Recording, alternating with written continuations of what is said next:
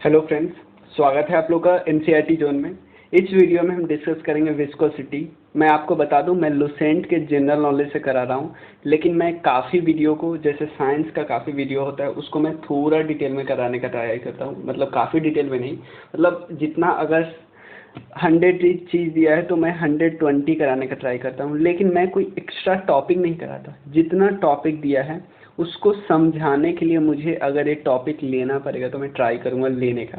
क्योंकि सेम अगर मैं इसमें बता दूँ, विस्कोसिटी में दिया हुआ विस्कस फोर्स टॉपिक की बात करें, viscous force, viscosity, terminal velocity, streamline force, critical velocity, Bernoulli theorem दिया हुआ है। लेकिन आप इसको समझ ही नहीं सकते जब तक आपको वेलोसिटी ग्रेडियंट नहीं पता होगा, प्रेशर कैसे लगता है इसमें वो नहीं पता होगा। तो कुछ चीज़ें मुझे एक्स्ट्रा बतानी पड़ती है, मतलब कुछ चीज़ें बिना बताए इस टॉपिक को क्लियर ही नहीं कर सकते। तो चलिए, मतलब आपका 1-2 टॉपिक एक्स्ट्रा बताऊंगा ही बताऊंगा क्लियर। क्योंकि हमें क्या करना है, याद नहीं करना है, क्योंकि याद करने के लिए और बहुत सारा सब्जेक्ट हमारे पास है ऑलरेडी जिसे हमें याद करना पड़ता है। लेकिन अब सब कुछ को याद नहीं ना कर सकते, जो जितना हम समझ सकते हैं उसको समझ लेते हैं, याद करने के लिए बचा है बहुत। तो मेरा नाम धीरज है और आप एनसीईआरटी जोन के फेसबुक, व्हाट्सएप ग्रुप या टेलीग्राम, इंस्टाग्राम सबका लिंक आपको डिस्क्रिप्शन सेक्शन में मिल जाएगा। और मुझे डायरेक्ट मैसेज और व्हाट्सएप या टेलीग्राम कर सकते हो अगर आपको कुछ पूछना हो, बहुत लोग पूछते हैं। उसके अलावा आप कंट्रीब्यूट भी कर सकते हो गूगल पे और पेटीएम पे। और अगर आपको अनअकैडमी में मेरे द्वारा 11th और 12th का कोर्स चाहिए, मैं जैसे वहाँ पे सोशियोलॉजी एंड ज्योग्राफी कराने वाला हूँ, तो आप या आपके किसी भाई को या बहन को, किसी दोस्त को, किसी बच्चे को जो 11th-12th में हो, या कोई कंपटीशन की तैयारी कर रहा हूँ 11th-12th चाहिए, तो आप मुझे फॉलो कर लीजिए वहाँ पे। और मैं नेक्स्ट वीक से स्टार्ट करने वाला हूँ वहाँ पे, तो आपको पहुँच जाएगा वीडियो और आपको बहुत अच्छा लगेगा। क्लियर? तो चलिए शुरू करते हैं। विस्कोसिटी को डिस्कस करने से पहले मैं कुछ चीज़ें बताता हूँ सिंपल। जैसे मान लो ये एक सरफेस, अभी विस्कोसिटी आप समझो ही नहीं क्या है, मुझे पता नहीं है। एक सरफेस है, एक लेयर है, एक सॉलिड लेयर है जिसकी वेलोसिटी अभी 0 है, क्योंकि इसको हम सीधा रखे हुए हैं। अभी हम इसमें कोई लिक्विड यहाँ पे रखते हैं, लिक्विड डालते हैं। लिक्विड डालने क्या होगा, यहाँ पे फ्लो होगा, यहाँ पे फ्लो होगा। तो फ्लो होता है जब लिक्विड, तो यहाँ पे प्रेशर लगता है। तो आपको पता होगा क्योंकि यहाँ पे कुछ न कुछ ये सॉलिड सरफेस इस लिक्विड को रोकने का ट्राई करेगा, तो ये फ्लो होगा, यहाँ तक फ्लो हो गया। इसकी वेलोसिटी मान लो v1 है, कि इसकी 0 है, इसकी v1 आ गई। अब एक और लेयर इस पे आ जाती है। अभी आगे क्यों जा रही है, क्योंकि इसके पीछे से प्रेशर ज़्यादा लग रहा है, प्रेशर लग रहा है, प्रेशर लग रहा है। प्रेशर होता क्या है, फोर्स अपॉन एरिया। प्रेशर इतना ही लग रहा है, लेकिन प्रेशर अगर मान लो आपको कोई धक्का दे रहा है और आप में कैपेबिलिटी है रुकने की, तो आप ज़्यादा दूर तक नहीं फेंकाओगे। सेम यही बात हो रहा है, क्योंकि ये सॉलिड सरफेस तो इसको रोकने का ट्राई करता है, इसलिए इसकी वेलोसिटी v1 होती है, इसकी वेलोसिटी v2 होती है।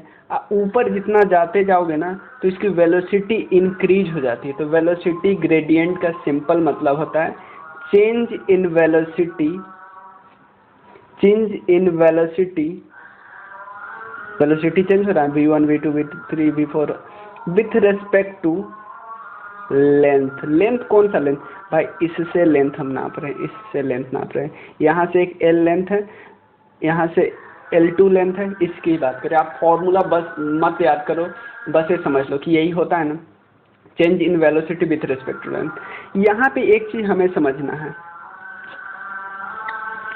मान लो मैं बात कर रहा हूँ एक लेयरिंग है, देखा आपका एक कॉन्सेप्ट यहाँ पे क्लियर होगा। ये है वाटर, एक क्लियर होगा, वाटर का एक लेयर है, यहाँ पे सारे मॉलिक्यूल है, ये एक लेयर में मूव करते हैं, इसको हम लेयर 1 बोलते हैं।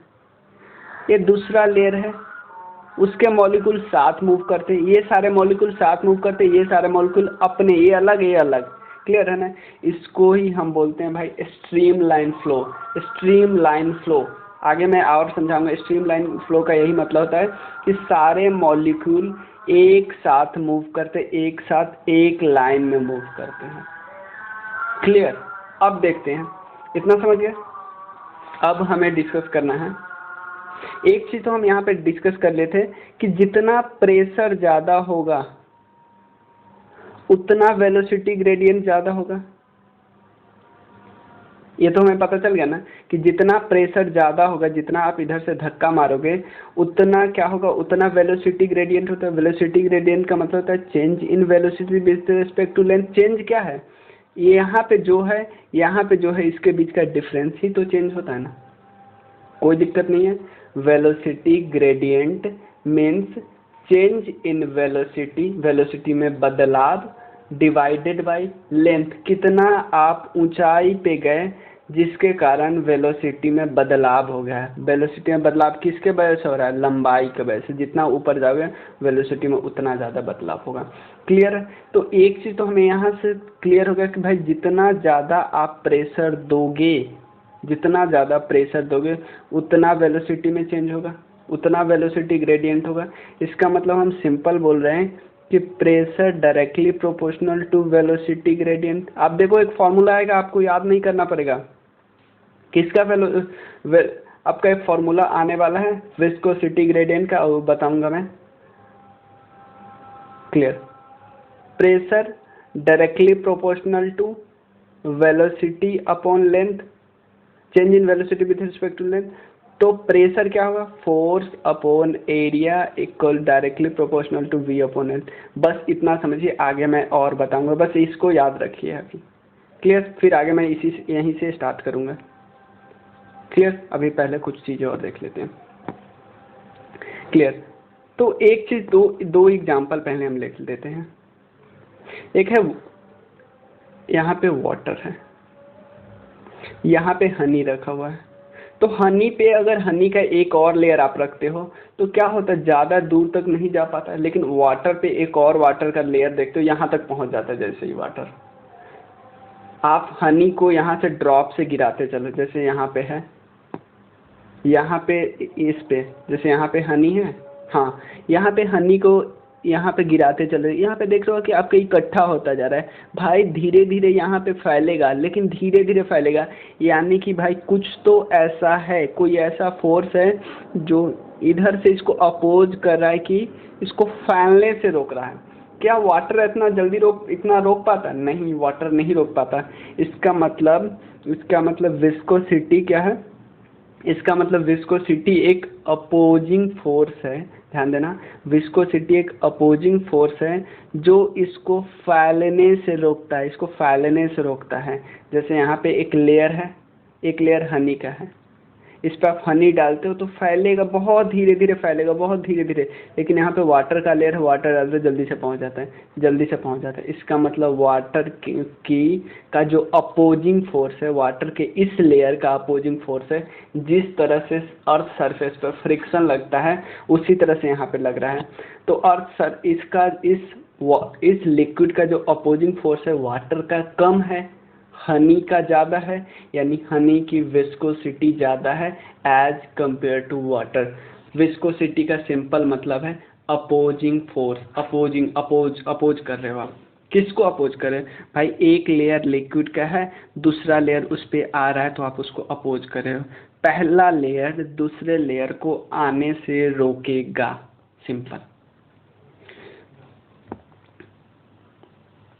तो विस्कस फोर्स क्या है, the force which oppose the relative motion between the different layer. Simple है, एक लेयर यहाँ पे है, हो सकता है मूव कर रहा है, और दूसरा लेयर यहाँ पे आ रहा है, तो ये इसको आने से रोकेगा। रिलेटिव मोशन का मतलब है, रिलेटिव मोशन इसका स्पीड और इसके स्पीड की बात कर रहे हैं कि इसका मोशन कुछ और वेलोसिटी से, इसका मोशन कुछ और वेलोसिटी है, दोनों के रिलेटिव मोशन को रोकेगा। भाई ये आगे चल रहा है, यहाँ पीछे से इस पर आप ऊपर से हनी रख रहे हो, लेकिन आप ये इसको रोकेगा कि नहीं तुम नहीं फैलो, नहीं फैलो। यही होता है। और होता कहाँ कहाँ पे विस्कोसिटी, सिर्फ लिक्विड में होता है और गैस में होता है, लिक्विड में होता है और गैस में होता है। विस्कोसिटी होता क्या है, viscosity is a property of liquid by virtue of which it oppose the relative motion between its different layer. मैंने बताया ना, एक लेयर यहाँ पे है लिक्विड का, दूसरा लेयर आने वाला है, दूसरा लेयर फैल रहा है, लेकिन ये रोक रहा है इसको।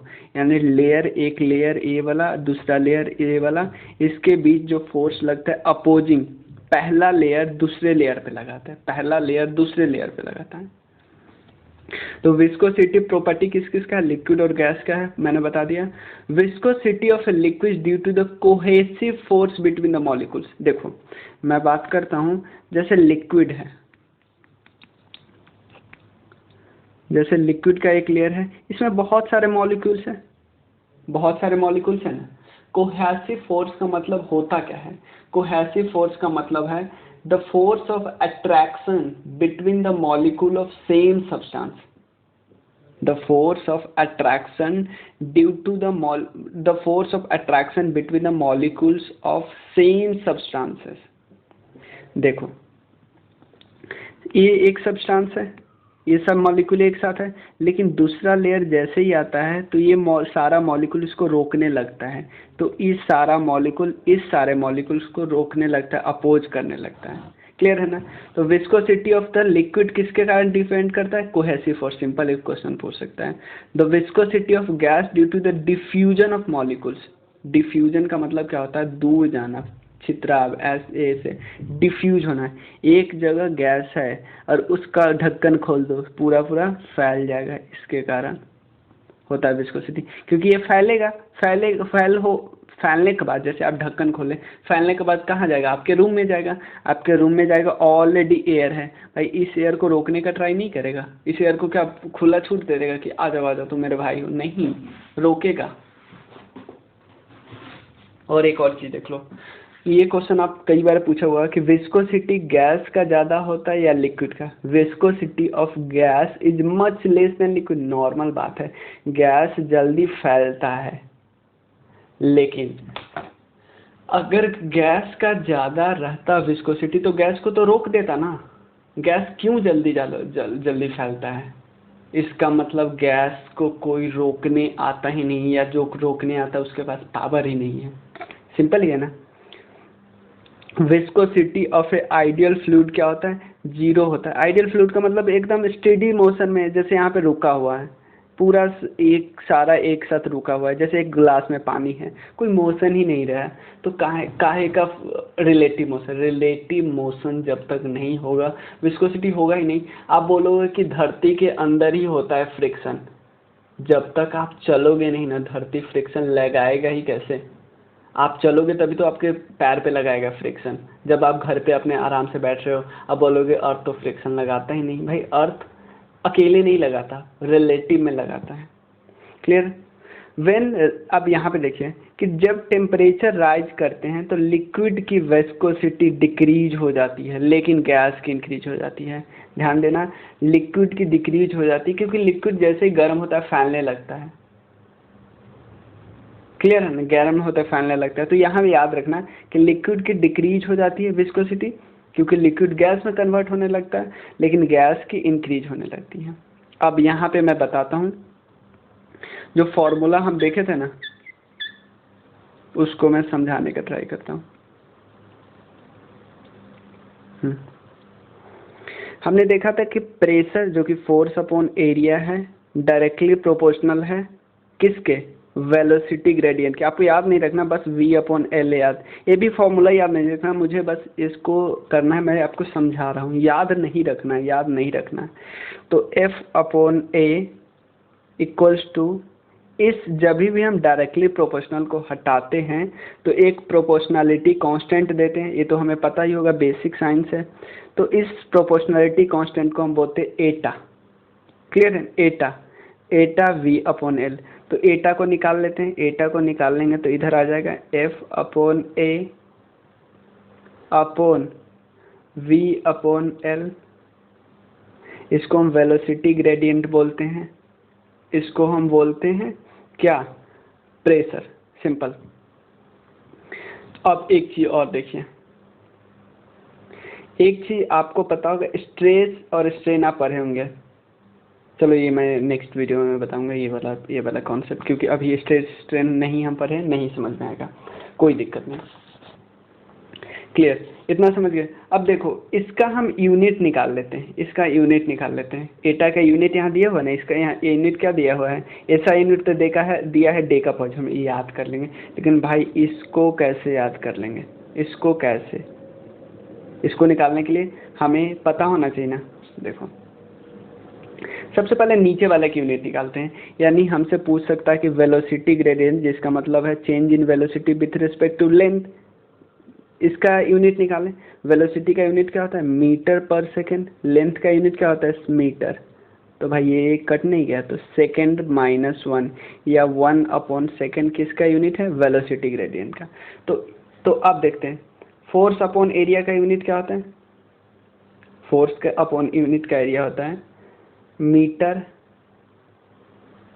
देखो न्यूटन मीटर स्क्वायर होता है ना, न्यूटन पर metre square. Force upon force का न्यूटन, एरिया का divided by metre square divided by second minus 1, है ना, सेकेंड माइनस। तो इसका यूनिट क्या हो जाएगा? इसको ऊपर ले जाएगा तो न्यूटन सेकेंड m -2, क्योंकि m ऊपर जाएगा ना, 2 ये ऊपर गया तो प्लस में हो गया, ये ऊपर गया तो माइनस में हो गया ना, तो इसका यूनिट होगा n सेकेंड m -2। लेकिन एक बहुत हार्ड है, इसलिए इसको हम दो टर्म में ले लेते हैं, एक है डेकापॉइज और एक और हम बोलते हैं पास्कल। और एक और चीज़, इसको डेकापॉइज को एक और यूनिट में लिया जाता है, इसको भी मैं समझा दे रहा हूँ। हाँ,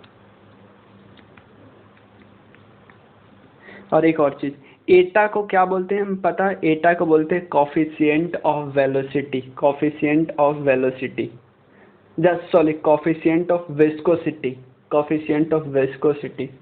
क्लियर की? इसका एक और यूनिट डेकापॉइज को हम याद रख सकते हैं केजी पर मीटर सेकेंड। क्लियर?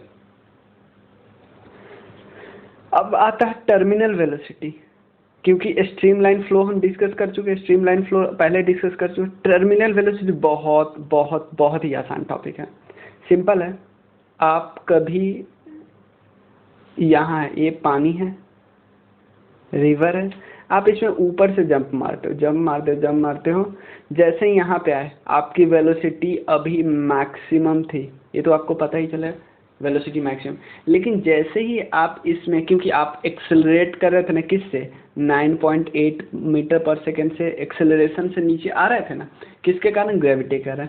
लेकिन जैसे ही इसके सरफेस पे आए तो इसके ऊपर का विस्कोसिटी लगना स्टार्ट हो गया, विस्कोसिटी लगना, जो सॉरी बायोंस फोर्स लगना स्टार्ट हो गया, बायोंसी ऊपर की तरफ लगता है ना, बायोंसी फोर्स लगना शुरू हो गया। तो बायोंस फोर्स क्या करता है? इसको ऊपर लगाता है, लेकिन ये फोर्स आप नीचे लगा रहे हो। अब वही दिखा रहे ना कि when a body fall in a viscous medium, viscous medium का मतलब या तो liquid gas, its velocity first increases and finally becomes constant. This constant velocity is called terminal velocity.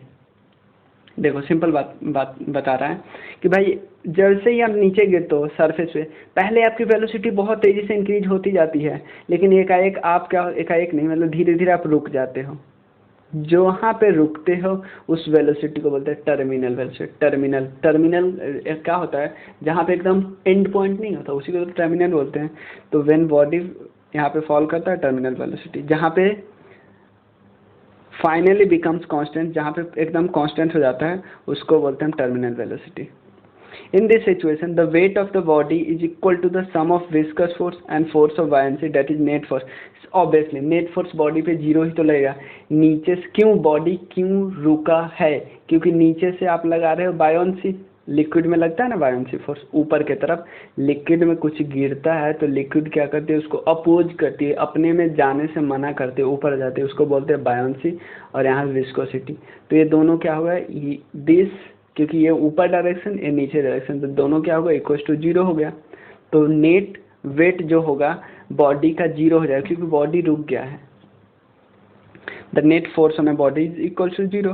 Terminal velocity is a spherical body falling on a viscous is proportional to the square of the, simple बता रहा है कि अगर एक ball को आप पानी में फेंकते हो तो इसकी टर्मिनल वेलोसिटी, आपसे क्वेश्चन पूछ सकता है, इसकी टर्मिनल वेलोसिटी किसके प्रोपोर्शनल होगी? इस बॉल के रेडियस के स्क्वायर के।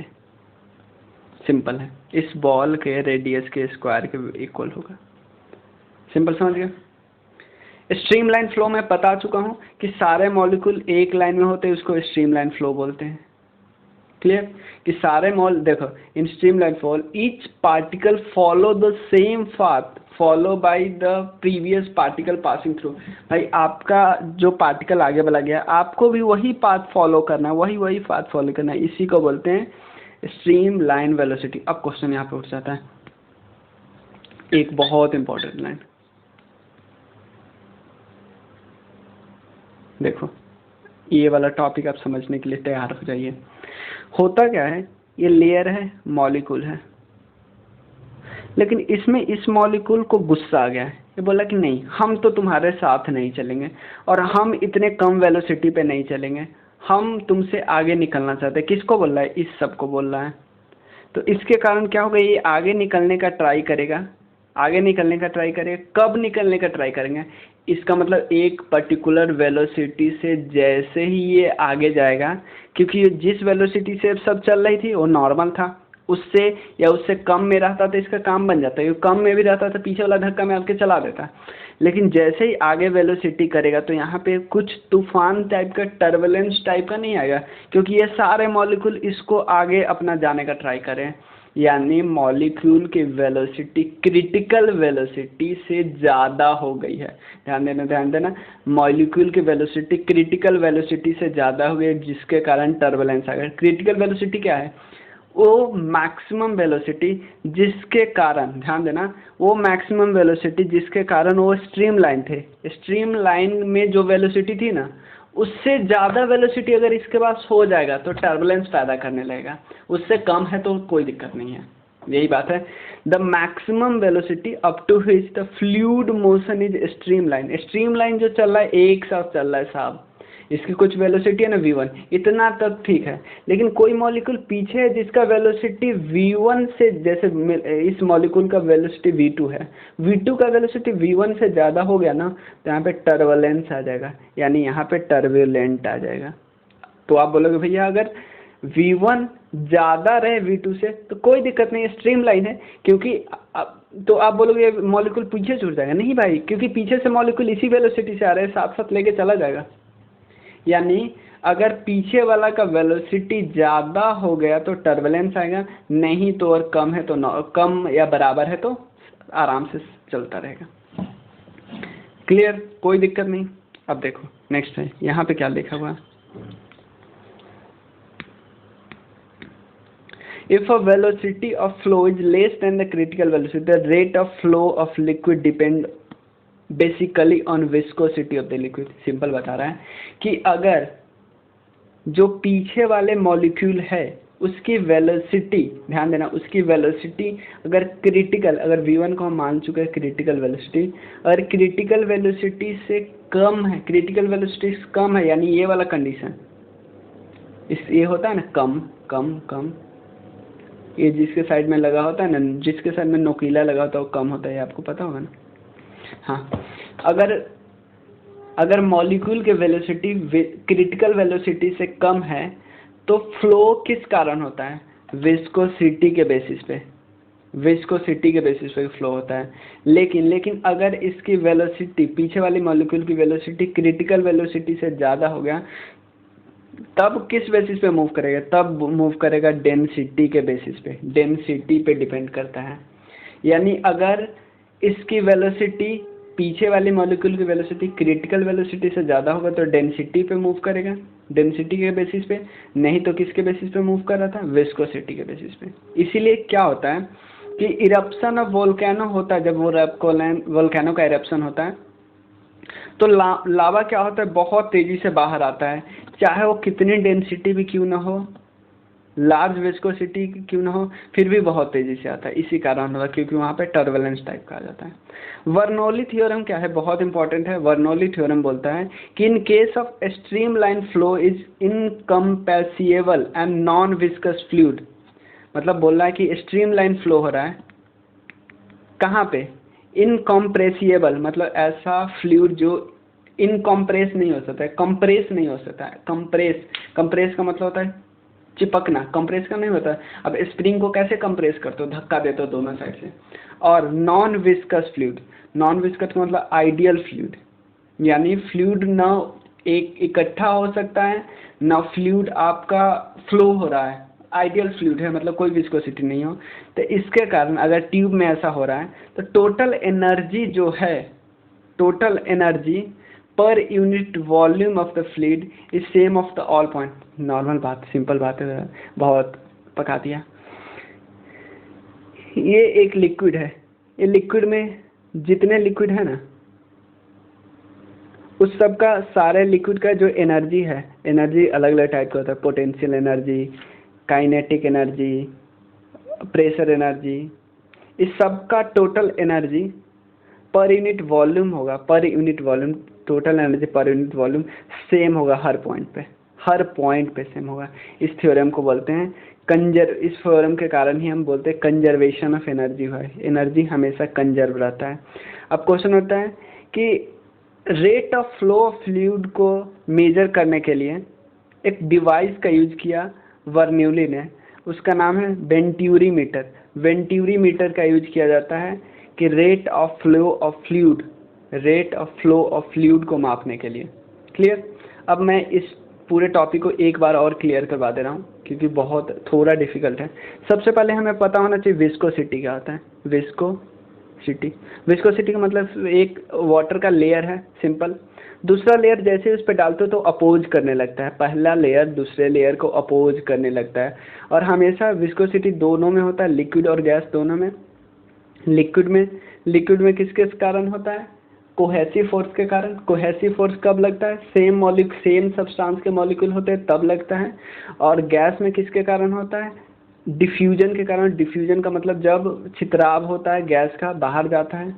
उसके बाद हमने देखा था क्या था, विस्कोसिटी देखा था, उसका टर्मिनल वेलोसिटी हमने देखा था कि जब वो रुक जाएगा उसकी टर्मिनल वेलोसिटी होगी, जब ऊपर से कोई वेट गिरता है वो तब वेटलेस हो जाता है। वेटलेस का मतलब नीचे से और ऊपर से जो दोनों लग रहा है, दोनों वेलोसिटी लग रहा है, दोनों जीरो हो जाएगा। दोनों का ओवरऑल, दोनों जीरो, अलग अलग जीरो नहीं होगा, एक ऊपर एक नीचे, इसलिए दोनों आपस में कैंसिल आउट हो जाएगा।